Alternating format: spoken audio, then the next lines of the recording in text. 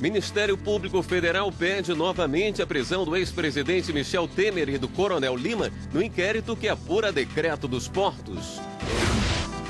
Empresário condenado por lavagem de dinheiro pode acessar conteúdo de interceptação telefônica. A decisão é da segunda turma do Supremo. Destaco que os arquivos eram editáveis pelas autoridades investigativas. E essa é a questão problemática aqui analisada. Na primeira turma, ministros determinam que condenados por tráfico de drogas em Sergipe e Alagoas voltem para a prisão. A decisão da primeira turma vai ser enviada ao Tribunal de Origem, em Sergipe, que deve determinar que Edevaldo volte para a prisão. O mesmo deve acontecer com os outros condenados na Operação Pedra 90. Procuradoria Federal dos Direitos do Cidadão quer explicações do IBGE sobre corte de 25% no orçamento do censo brasileiro em 2020. Assim que for notificado, o IBGE terá 5 dias para encaminhar as informações para o Ministério Público. Acordo vai garantir proteção de lago afetado por construção em Santarém, no Pará.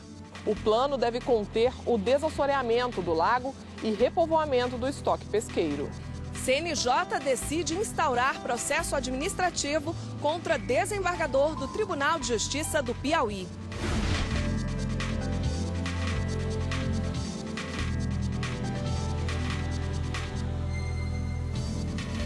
Olá, boa noite. Boa noite. Um empresário condenado por lavagem de dinheiro vai poder acessar conteúdo de interceptação telefônica. A decisão é da segunda turma do Supremo. A repórter Carla Lucena acompanhou e tem os detalhes pra gente. Oi, Carla. Boa noite.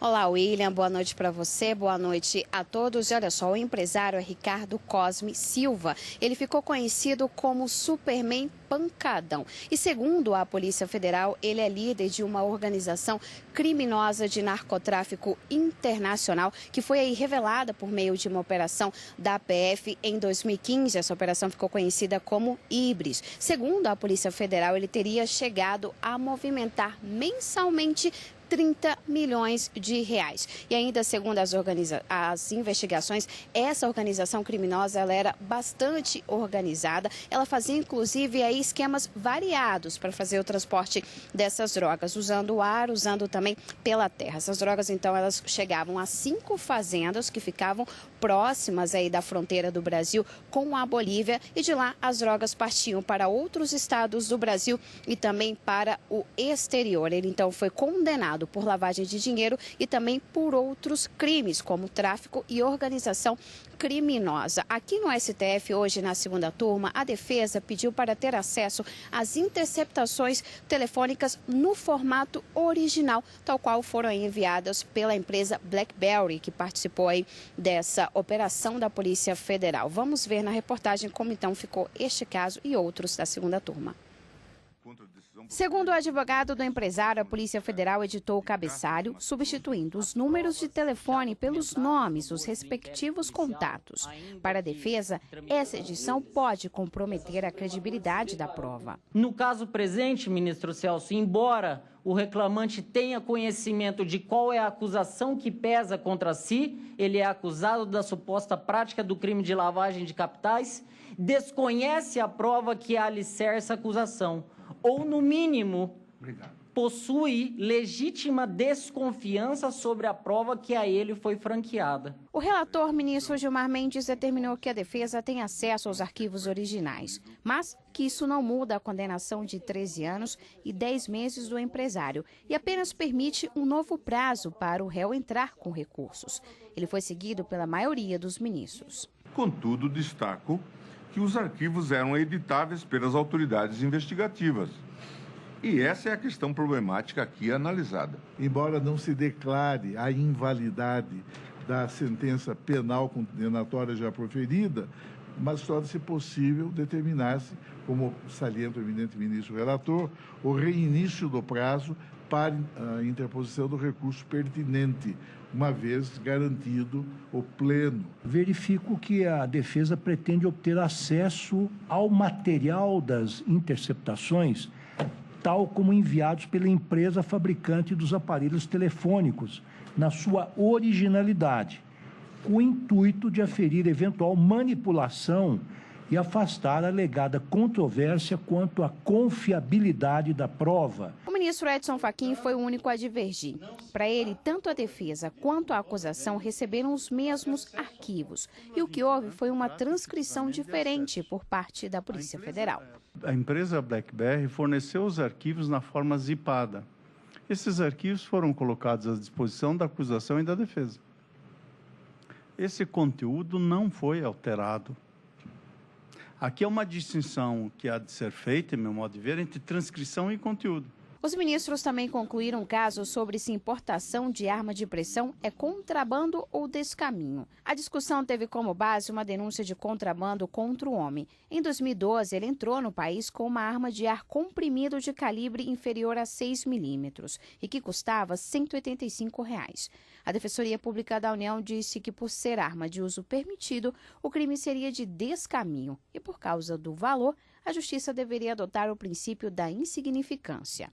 Na sessão de hoje, prevaleceu que o uso deste tipo de arma depende de autorização prévia por ser produto controlado pelo Exército e que não há como considerar o caso como insignificante. A maioria dos ministros manteve a denúncia como contrabando. Quando há destruição de armas, eu verifiquei que muitas das que foram destruídas é exatamente porque elas são tão idênticas ou tão parecidas com aquelas verdadeiras que foi o motivo que levou a esta necessidade de ter um controle para que se soubesse quantos desses aparelhos nós temos, desses instrumentos nós temos no Brasil. A turma também se manifestou a favor da extradição de um israelense. Ele vai responder por crimes sexuais e agressões contra 7 filhos ocorridos entre 1990 e 2010. Lesão corporal e suborno de testemunhas. E olha só, ainda na sessão da segunda turma de hoje, os ministros decidiram negar a extradição de um chinês. Lá na China, ele é acusado de captação ilícita de depósitos junto ao público. Segundo os ministros, o cidadão chinês ele poderia ser lá na China condenado à prisão perpétua ou inclusive à pena de morte, que esses tipos de condenações não estão previstas aqui no Brasil. O ministro Celso de Mello, inclusive, ele chegou a dizer que a China tem penas rigorosas e que constantemente a China ela não respeita aí previsões que estão previstas no direito penal. O ministro também ressaltou que quando as pessoas são extraditadas, o país que recebe essas pessoas devem garantir direitos a elas. Então é isso, eu fico por aqui, agora segue aí com vocês. William, Érica. Obrigada, Carla. E os ministros da primeira turma do STF julgaram hoje um caso envolvendo o narcotráfico na Operação Pedra 90, que prendeu a quadrilha classificada como uma das maiores de tráfico de crack no Nordeste. A defesa de um dos condenados pediu habeas corpus no Supremo. O pedido de habeas corpus foi apresentado pela defesa de Edevaldo Freitas de Oliveira, preso em 2014 na Operação Pedra 90 e condenado por crimes como tráfico de drogas e lavagem de dinheiro. No ano passado, o ministro Marco Aurélio concedeu liminar para soltar o condenado. Coube agora à primeira turma decidir o futuro de Edevaldo. O advogado questionou a morosidade da tramitação processual. Excelência, 4 anos, os nossos filhos nascem, vão para a escola, começam a falar, começam a entender o mundo. É muito tempo, 4 anos, para quem está preso. Meritoriamente ou não. Nós estamos falando da justiça e da análise que lhes cabe como órgão, no caso aí o judiciário, das questões que a eles são trazidas e para o desfecho, inclusive, das controvérsias. Uma delas, a culpabilidade. O relator manteve o entendimento anterior quando optou pela liminar. Rejeito a preliminar apontada pelo Ministério Público e não vou repetir o que disse há pouco sobre o cabimento do habeas corpus visando impugnar ato de colegiado ou ato individual. O ministro Alexandre de Moraes lembrou se tratar de um caso com tramitação complexa, que envolveu narcotráfico. Lembrou que houve uma sentença condenatória de quase 24 anos de prisão.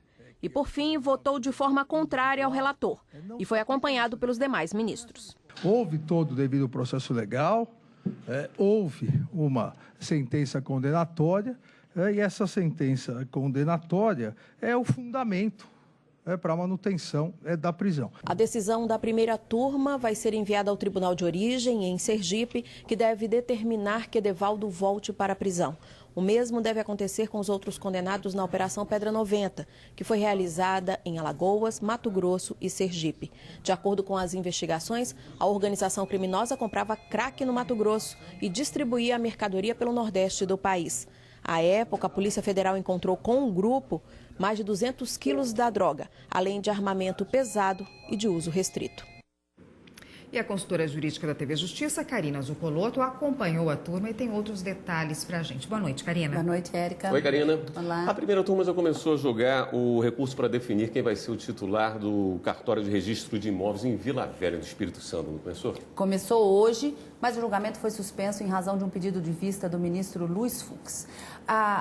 Os ministros começaram esse julgamento da relatoria do ministro Alexandre de Moraes, que acabou negando o recurso apresentado contra uma decisão proferida numa reclamação, ação que pode ser proposta aqui no Supremo, quando uma decisão da Suprema Corte estiver sendo violada ou algum juiz não observou a decisão do Supremo Tribunal Federal. E nessa reclamação se discute quem deve ser o titular do primeiro ofício de registro de imóveis do município de Vila Velha, no Espírito Santo. Como é que o caso chegou até aqui, o Supremo Tribunal Federal? Na reclamação, a narrativa da reclamação diz que Paulo, que é o reclamado aqui no caso, Paulo, ele foi nomeado para ser o titular do segundo tabelionato de notas em Vila Velha, mas que em 99 ele foi removido por permuta para assumir o primeiro ofício de registro de imóveis.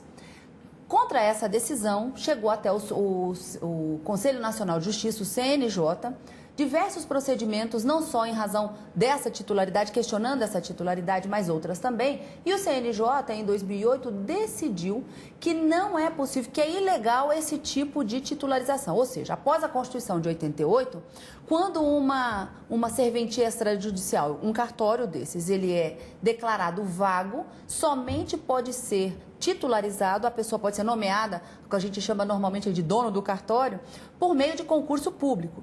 Então, o CNJ disse que aquela nomeação por permuta de Paulo em 99 para o primeiro ofício era ilegal. O Tribunal de Justiça, contra essa decisão, Paulo, então, para se manter na serventia, entra com mandado de segurança aqui no Supremo, questionando a decisão do CNJ, que foi confirmada. Aí, considerada essa decisão do Supremo, em 2010, o Tribunal de Justiça acaba sustando o ato de nomeação, cumprindo a decisão do mandado de segurança de Paulo, mas essa decisão do TJ foi suspensa por uma outra determinação do Conselho Superior da Magistratura, mantendo Paulo, então, nesse primeiro ofício de registro de imóveis. Para garantir a legalidade da sua nomeação, ele entra com uma ação declaratória no Tribunal de Justiça e acaba ganhando parcialmente. A candidata, que quando lá atrás, na decisão do CNJ, já havia declarado vago, fez concurso, passou em primeiro lugar, ficou indignada, entrou com a reclamação aqui no Supremo Tribunal Federal para dizer, olha, não, quem é a titular da vaga sou eu por meio de concurso público e houve uma violação daquela decisão do mandado de segurança que confirmou a vacância e a ilegalidade na nomeação. E é justamente nessa reclamação que já foi deferida pelo Supremo que veio o recurso de agravo e que está sendo julgado na primeira turma agora.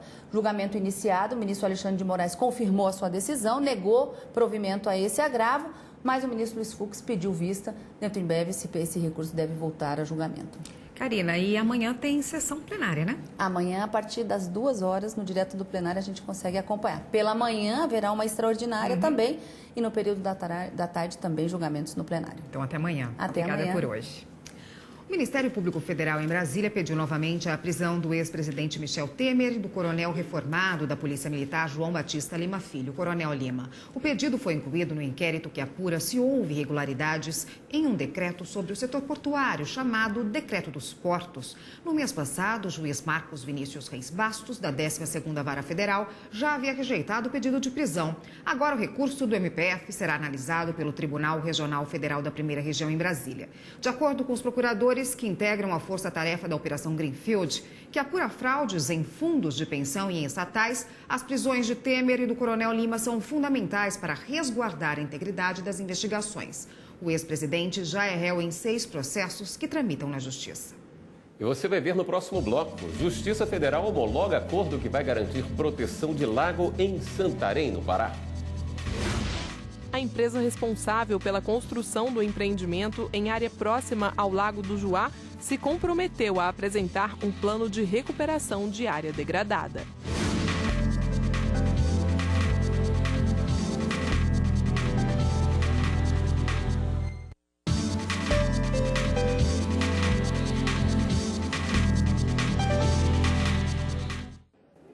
O Ministério Público Federal pediu explicações à Superintendência do IBGE sobre notícias de que haverá um corte de 25% no orçamento do Censo Brasileiro em 2020. No ofício enviado ao Instituto Brasileiro de Geografia e Estatística, o IBGE, o Ministério Público Federal pede que sejam encaminhados os estudos técnicos e jurídicos que foram usados como base para o planejamento no corte do orçamento. Realizado a cada 10 anos, o censo é um estudo feito sobre as condições de vida dos brasileiros. Ele é usado como base pelo governo para o planejamento de políticas públicas em áreas como saúde e educação. Assim que for notificado, o IBGE terá 5 dias para encaminhar as informações para o Ministério Público. De acordo com algumas informações publicadas pela imprensa, o Instituto pretende cortar 25% da verba destinada ao censo em 2020. No Pará, a Justiça Federal homologou acordo que vai garantir proteção a um lago afetado por uma construção de um loteamento urbano residencial e comercial no município de Santarém.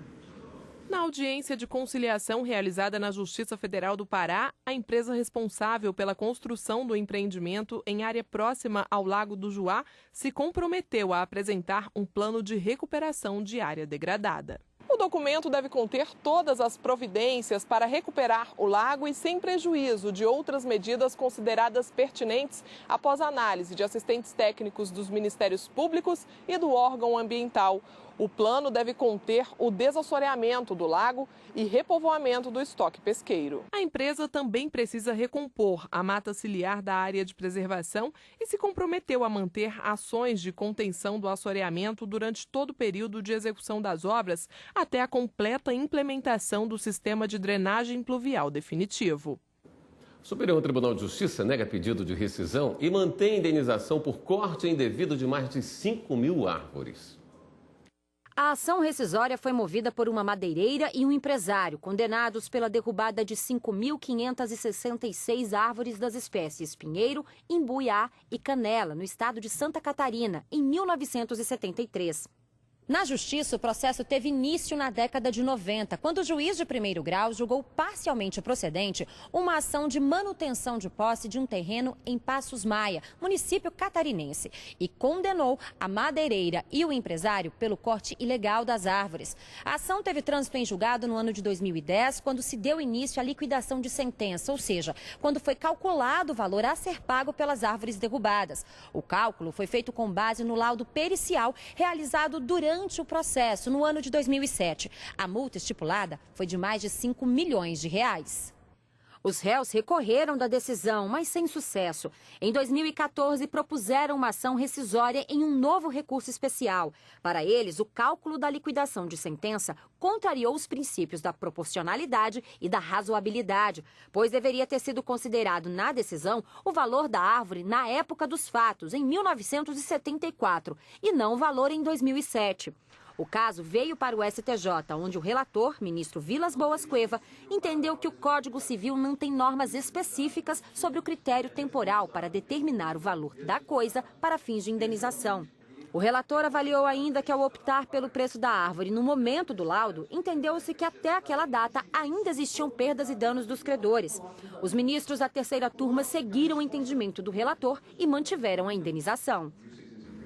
E no próximo bloco, diplomado primeiro preso formado em curso superior dentro de presídio em Alagoas. Sei que a partir desse momento tudo vai ser diferente da minha vida, as oportunidades virão.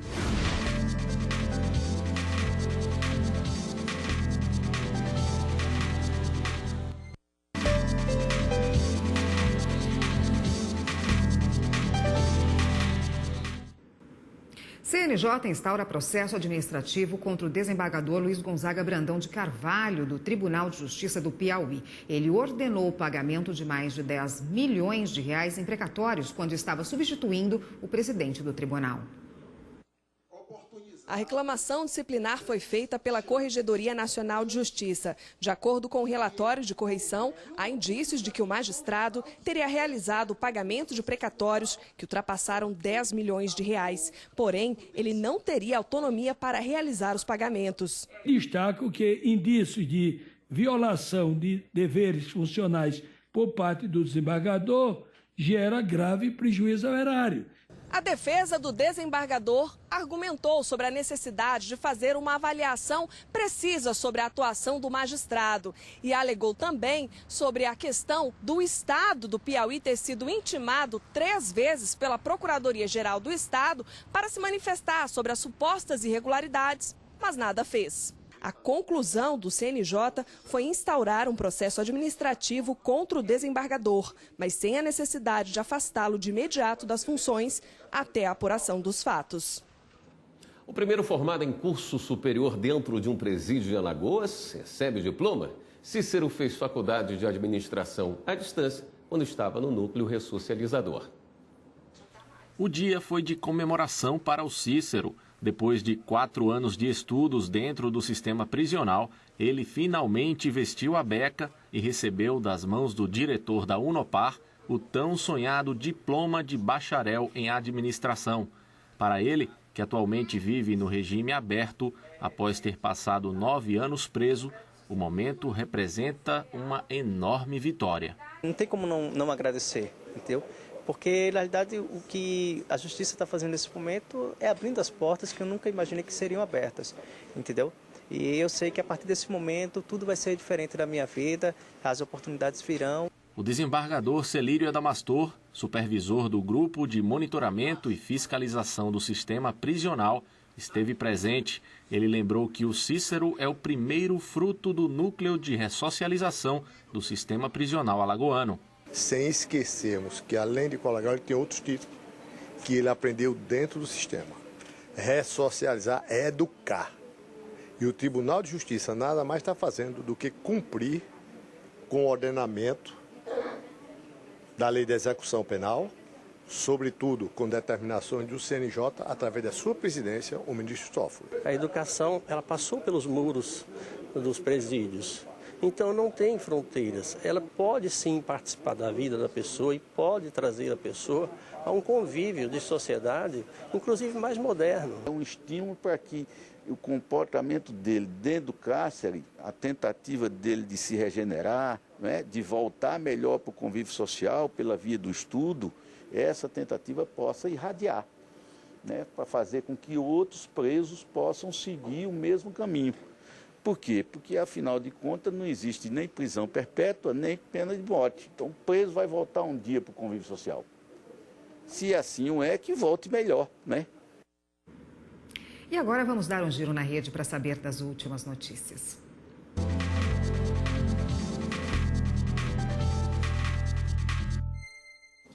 Vamos então à redação do Jornal da Justiça, falar com a repórter Daiane Garcês, que tem as novidades para a gente.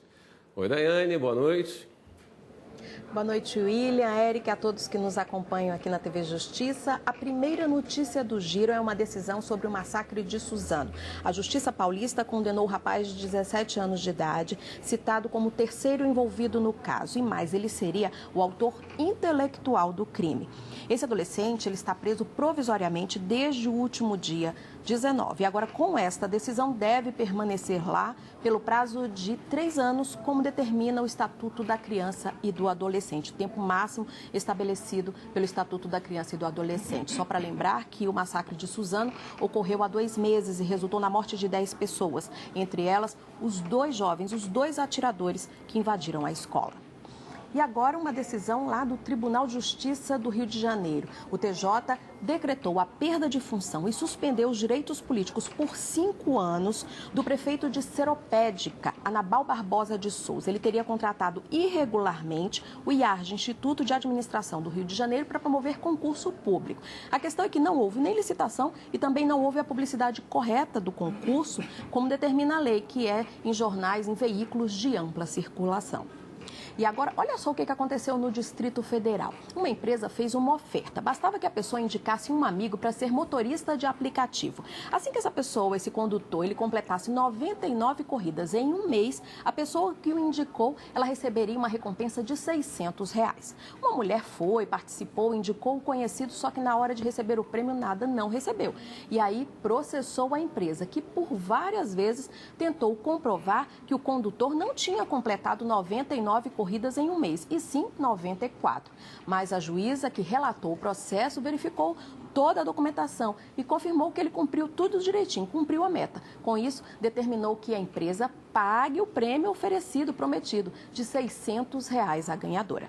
Essas foram as notícias de hoje. Se você perdeu alguma coisa, quer rever nossas reportagens, então acesse nosso canal no YouTube, TV Justiça Oficial. A todos uma ótima noite. Érica, William. Obrigada, Daiane. Esta edição do Jornal da Justiça fica por aqui. Uma boa noite. Continue com a programação da TV Justiça. Boa noite e a gente se vê amanhã. Até lá.